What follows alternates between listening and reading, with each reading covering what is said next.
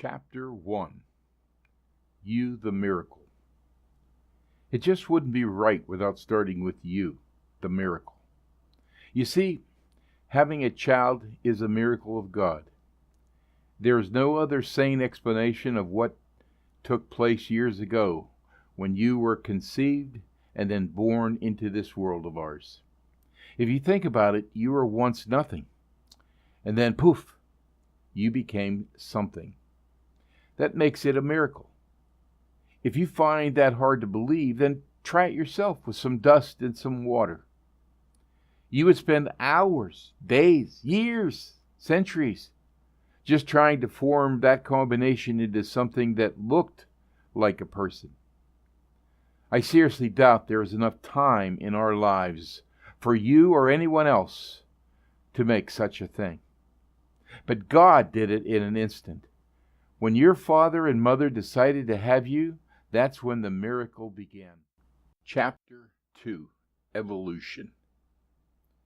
This is a subject that affects you and our world.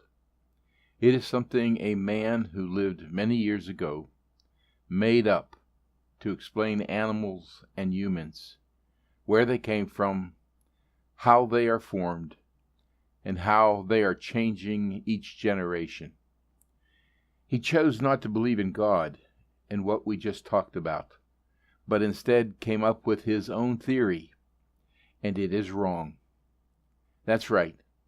I told you I would tell you the truth, and I'm telling you that it is a lie.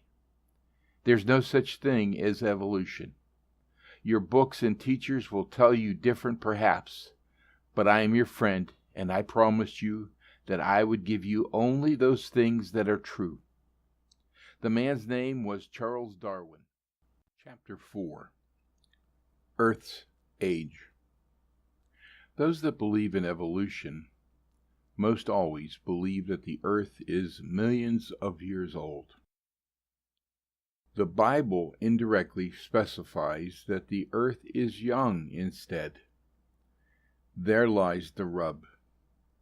By listing the generations from Adam through Noah, and then through Abraham, and finally ending up with the birth and life of Christ, the Bible establishes an earth that is around 6,000 years old. How can that be? The old earthers exclaim. They immediately give the Grand Canyon as their bread and butter.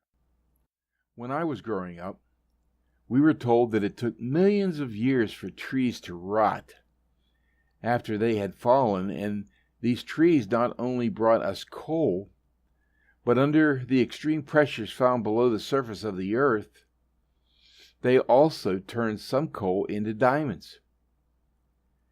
And you know what? We believed it. Yep. Hook, line, and sinker. Chapter 5. Dinosaurs. Wow. Where do I begin as it relates to these huge and often forgotten beasts of the planet?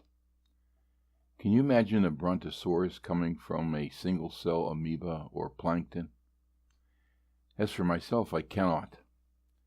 There is so much confusion about these animals and such a controversy between the church and the paleontologists.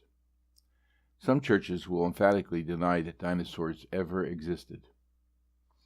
I hate to call them foolish, but they are denying strong evidence found in their skeletal remains, which is irrefutable. Did you know that there are two separate dinosaurs mentioned in the Bible?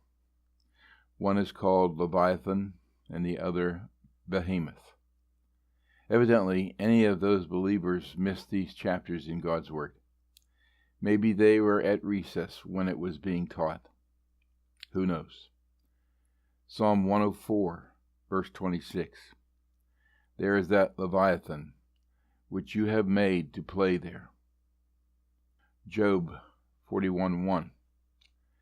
Can you draw out Leviathan with a hook, or snare his tongue with a line which you lower? Can you put a reed through his nose, or pierce his jaw with a hook?